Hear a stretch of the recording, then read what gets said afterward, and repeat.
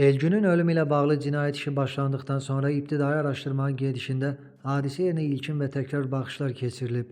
Mərhumun meyidi xarici və daxili müayinələrdən keçirilib. Mərhumun meyidindən o cümlədən hadisə yerindən müəyyən nümunələr götürülüb. Həmin nümunələr üzrə çoxsaylı ekspertizalar təyin edilərək aidiyyatı üzrə göndərilmişdir.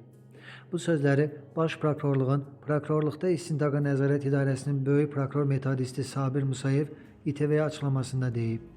O bildirib ki, hadisə yerinə yaxın intervalda yerləşən ictimai yaşayış obyektlərinə quraşdırılmış müşahidə kameralarından müəyyən görüntülər götürülüb.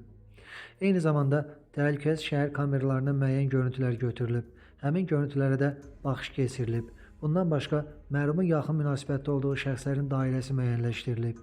İş və məktəb yoldaşları, o cümlədən yaxınları, dostları, qohumları və digər şəxslər şahid qismində istintaqa cəlb edilərək onların da dindirilməsi təmin edilib. Eyni zamanda hadisə barəsində əlavə məlumatların əldə edilməsi, mövcud məlumatların yoxlanılması və dəqiqləşdirilməsi istiqamətində əməliyyat qurumlarına da çoxsaylı əməliyyat tapşırıqları və sorğuları verilib. Qurum rəsmisi cəmiyyətə çağırış da edib.